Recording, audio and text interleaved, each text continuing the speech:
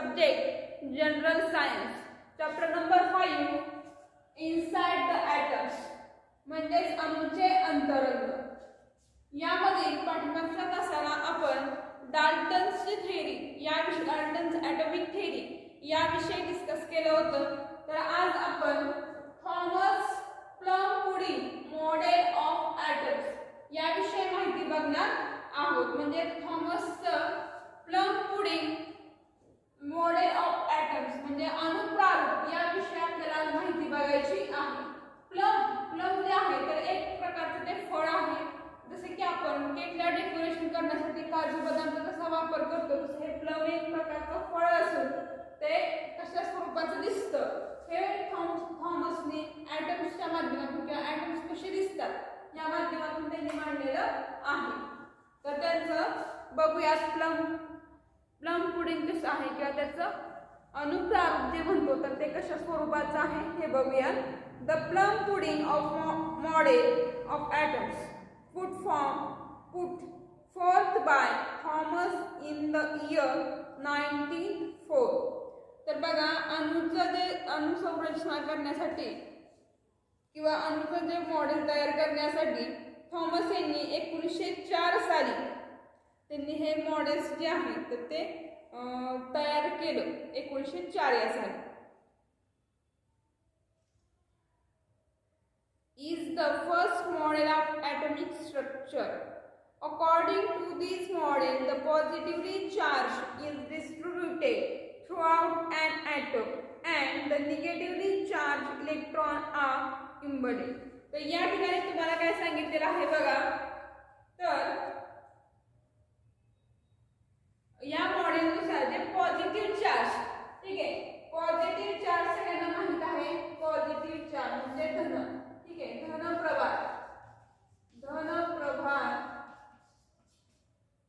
धनप्रभार असलेले इलेक्ट्रॉन्स किंवा the positively charge is positive charge किंवा धनप्रभार असलेले डिस्ट्रीब्युटेड थ्रूआउट द ॲटम्स म्हणजे धनप्रभार असलेला. कशामध्ये धनप्रभार तर ॲटम्स अणु, त्या अणुमध्ये असलेला जो धनप्रभार आहे तर तो धनप्रभार तर ते स्ट्रक्चर जे आहे तर त्या स्ट्रक्चर मध्ये समजा हे स्ट्रक्चर जर असेल तर ह्या स्ट्रक्चर मध्ये ते पूर्ण सगळीकडे पसरलेलं आहे. प्लस प्लस प्लस, ठीक आहे, म्हणजे पॉझिटिव्ह पॉझिटिव्ह धन धन सगळीकडे पसरलेला आहे. and the negatively charged electron are embedded each. मग याच्यामध्ये असणारे निगेटिव्ह चार्ज, ठीक आहे, निगेटिव्ह चार्ज म्हणजे ऋण प्रभार. तर ऋण प्रभार असलेले इलेक्ट्रॉन्स जे आहेत तर ते इलेक्ट्रॉन्स असे जडलेले आहेत या अर्थाने. इम्बेडेड म्हणजे जडलेले किंवा चिकटलेले या अर्थाने आहेत. नंतर पुढे काय सांगितले बघा.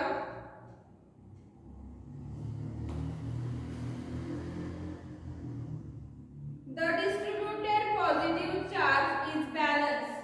पॉझिटिव्ह चार्ज काय होतो बॅलन्स. कशामुळे बाय द निगेटिव्ह चार्ज म्हणजे जेवढे पॉझिटिव्ह असतील तेवढेच निगेटिव्ह आहेत आणि हे पॉझिटिव्ह निगेटिव्ह सेम असल्यामुळे जे ॲटॉमिक स्ट्रक्चर जे आहे तर ते कसं आहे बॅलन्स आहे. Therefore the atoms become electrically neutral. ठीक आहे, न्यूट्रल आहेत म्हणजे उदासीन आहेत, त्यांच्यामध्ये काही हालचाल होत नाही. तुम्ही वजन काटा बघितला असेल बघा, दोन्ही पार्ट्यांमध्ये 1 किलो वजन जर समान ठेवलं तर ते पार्ट काय होतं न्यूट्रल म्हणजे स्थिर राहतं किंवा उदासीन, त्याच्यामध्ये कोणतीही प्रक्रिया घडू येत नाही. तसंच या थॉमस प्लम पुडिंग मॉडेलमध्ये सुद्धा तसंच आहे. पॉझिटिव्ह निगेटिव्ह चार्ज असणारे ॲटम्स जे आहेत तर ते सेम आहेत आणि सेम असल्यामुळे ते कसे आहेत न्यूट्रल. ठीक आहे, न्यूट्रल म्हणजे उदासीन म्हणजे कोणतीच प्रक्रिया याच्यावरती होत नाही. तुम्हाला आकृतीमध्ये दाखवले बघा, त्या आकृतीमध्ये तुम्ही बघू शकता अशा स्वरूपाचं इथं दाखवलेलं आहे. सगळ्यांच्या लक्षात आले हे. आता नेक्स्ट जो पॉइंट दिलेला आहे तर ते आपण रुदरफोर्डचं जे न्यूक्लिअर मॉडेल आहे तर ते बघूया. रुदरफोर्ड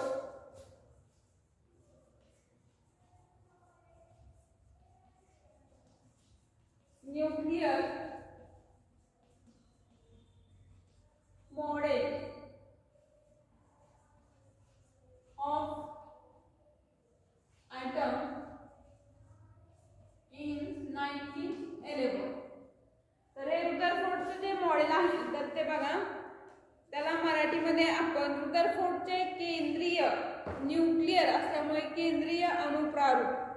ठीक आहे, या केंद्रीय अणुप्रारूप, प्रारूप म्हणजे फक्त मॉडेल, न्यूक्लियर म्हणजे केंद्रीय.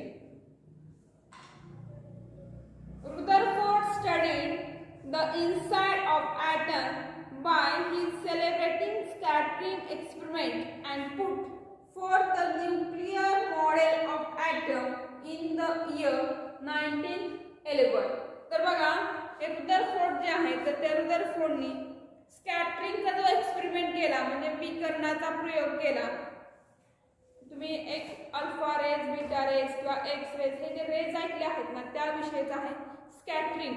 तुम्हाला इयत्ता 7वी मध्ये झालं होतं प्रकाशाचं विकरण कसं होतं किंवा आपल्या पृथ्वीवरती जी प्रकाश किरणं पडतात मग ते कशी सगळीकडे विखुरली जातात किंवा पसरली जातात याविषयी त्यांनी काय केलं आहे, एक प्रयोग केला होता, एक्सपेरिमेंट केला होता. आणि हा एक्सपेरिमेंट त्यांनी 1911 मध्ये घेतला होता आणि त्यामधूनच त्यांनी काय केलं आहे, न्यूक्लिअर मॉडेल ऑफ ॲटम या म्हणजे ह्याचं प्रारूप जे कसं आहे किंवा त्याचं मॉडेल कसं आहे ते त्यांनी मांडलेलं आहे. तर ते आपण बघूयात स्टेप बाय स्टेप. रुदरफोर्ड टूक a very thin gold foil. तर यांनी काय केलं आहे, gold foil, thin gold foil. Thin म्हणजे पातळ माहित आहे सगळ्यांना, गोल्ड म्हणजे सोने माहित आहे आणि फॉईल, फॉईल म्हणजे पत्रा. तर या ठिकाणी त्यांनी काय केलेलं आहे बघा, पातळ पत्रा, अतिशय सोन्याचा अतिशय पातळ पत्रा, सोन्याचा पातळ पत्रा. ठीक आहे, फॉईल म्हणजे पत्रा हा शब्द लक्षात घेतलेला होता. तर त्याची थिकनेस जी आहे तर ती 10⁻⁴ मिलीमीटर एवढी लहान आहे. नंतर अँड बंबार्डेड, बंबार्डेड म्हणजे त्याच्यावरती मारा करणे किंवा आदळणे या अर्थाने. It with positively charged alpha particles emitted by radioactive elements. He observe the path of alpha particles by means of a fluorescent screen around the gold foil. तर तुम्हाला आकृतीमध्ये या ठिकाणी गोल्ड फॉईल दाखवलेली आहे. त्या आकृती जी दिसते ना तर त्या आकृतीमध्ये बघायचं सगळ्यांनी. तर त्या ठिकाणी त्यांनी काय केलेलं आहे, हे जे दाखवलेलं आहे पार्टिकल्स इमिटर जे आहे म्हणजे ज्याच्यामधून आपल्याला पार्टिकल्स जे आहेत तर ते बाहेर टाकायचे आहेत, अल्फा पार्टिकल्स. ठीक आहे, अल्फा पार्टिकल्स. नंतर तुम्हाला या ठिकाणी गोल्ड फॉईल दिलेला आहे, आकृतीमध्ये दिसते बघा गोल्ड फॉईल. नंतर फ्लोरोसंट स्क्रीन, याच्यामध्ये जी दिसते ती आहे फ्लोरोसंट स्क्रीन गोल आकाराची आणि गोल्ड फॉईल जो दिसतोय तो हा चौकोनी आकाराचा आहे. तर यामध्ये त्यांनी काय प्रोसेस केलेली आहे बघा, अल्फा पार्टिकल्स जे आहेत तर त्या अल्फा पार्टिकलचं बंबार्डमेंट केलेलं आहे म्हणजे त्यांनी मारा केला आहे. आणि मारा केल्यानंतर त्यांनी ते कण जे आहेत अल्फा पार्टिकल्सचे ते कुठे जातात यांचा वेध घेतला आणि सोन्याचा पत्रा जो आहे तर त्याच्या भोवती आपल्याला फ्लोरोसंट स्क्रीन ही लावलेली आहे. फ्लोरोसंट स्क्रीन लावल्यामुळे काय झालं की आपल्याला ज्याच्यामधून जे पार्टिकल्स बाहेर निघणार आहेत तर ते कुठे जातात यांचा अंदाज लावतात. जर आपल्याला ॲटम्समधून पॉझिटिव्ह चार्ज असलेले वस्तुमान म्हणजे पॉझिटिव्ह चार्ज असलेले तुम्ही बघू शकता या ठिकाणी positively charged mass were evenly distributed inside the atoms. म्हणजेच बघा धनप्रभारित असणारे जे मास असतं त्याचं जे वितरण आहे तर ते एक समान जर असेल तर जे पॉझिटिव्ह चार्ज असणारे अल्फा पार्टिकल्स आहेत तर ते पत्र्यामधून सोन्याचा जो पत्रा आहे तर त्याच्यामधून परावर्तित होतील अशी अपेक्षा होती त्यांना. ठीक आहे, नंतर काय झालं पुढे बघा, unexpectedly most of the alpha particles went straight through the foil. A small number of alpha particles get deflected from the original path through a small angles. A still smaller number of alpha particles get deflected through a larger angles and superstingly 1 alpha particles out of 20,000 bounced back in the direction opposite to the original. तर या ठिकाणी काय झालेलं आहे बघा, तुम्ही आकृतीमध्ये बघू शकता. तर आकृतीमध्ये काय सांगितले,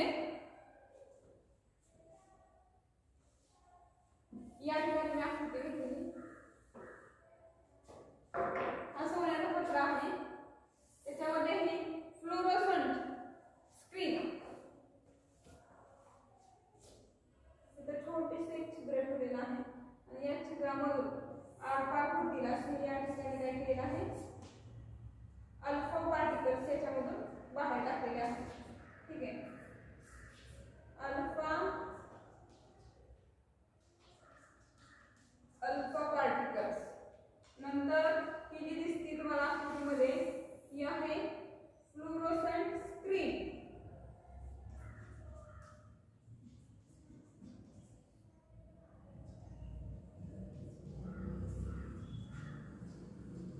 आणि ही जी दिसते आकृतीमध्ये तर ती आहे आपली गोल्ड फॉईल. या अर्थाने आकृतीने दाखवलेली.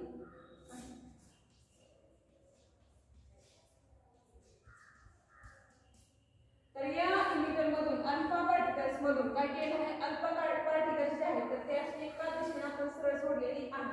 पण जे रुदर फोर्स आहे तर त्यांना असं काय वाटलं की ते जे अल्फा पार्टिकल्स आहेत तर या पत्र्यावरती आदळतील आणि पुन्हा रिफ्लेक्शन होऊन माघारी येतील. पण तसं झालं नाही, हे अल्फा पार्टिकल्स आहेत ना याच्यामधून बाहेर गेले. ठीक आहे, म्हणजे याला भिजून त्याच्यावर बंबार्डमेंट करून ते बाहेर गेले आणि बाहेर गेल्यामुळे काय झालं बघा, सरळ रेषेमध्ये ते गेले आणि त्यांचा पर्यंत जो मूळ मार्ग होता, हा जो मूळ मार्ग होता तर या मूळ मार्गामधून लहान लहान कोणामध्ये म्हणजे असं इकडे लहान लहान कोणांमध्ये त्यांचं काय झालं, विचलन म्हणजे पसरले सगळीकडे. आणि थोड्या अल्फा जे होते अल्फा पार्टिकल्स मोठ्या कोणातून विचलन झाले आणि जवळपास 20,000 पैकी एक अल्फा पार्टिकल्स, 20,000 पैकी एकच अल्फा पार्टिकल्स जो आहे तर तो म्हणजे मूळ दिशेच्या विरुद्ध दिशेला रिफ्लेक्शन होऊन माघारी उसळला किंवा मागच्या दिशेला आला. नंतर पुढे काय झालं बघा, the large number of alpha particles that went straight through the foil indicates that there was no obstacle in their path. The means that there must be made an empty space inside the atoms is the soil gold full. The smaller number of alpha particles that get must deflected through a small or big angle must have faced an obstacle in their path.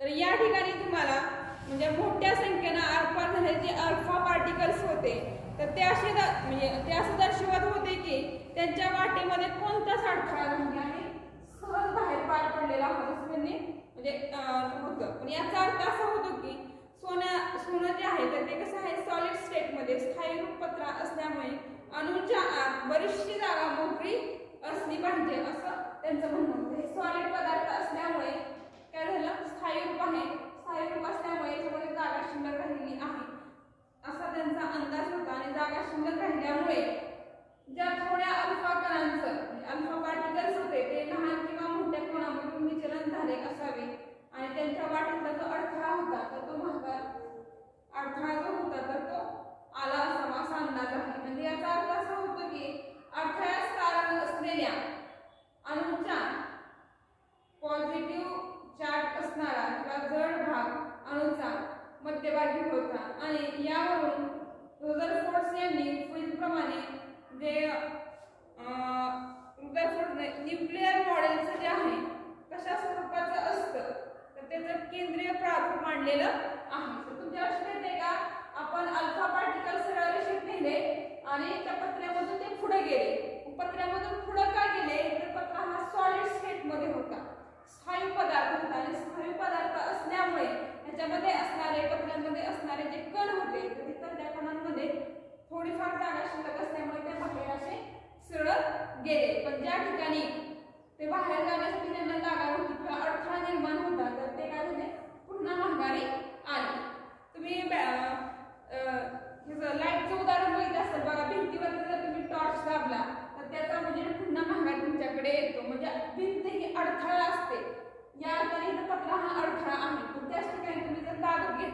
पडद्यामधून सुद्धा काय होतं तुम्हाला प्रकाश पुढे गेलेला दिसतो. Same त्याच पद्धतीनं हे आहे. इथपर्यंत सगळ्यांच्या लक्षात आलंय. उरलेला भाग आपण नेक्स्ट लेक्चरला बघूयात. थँक्यू.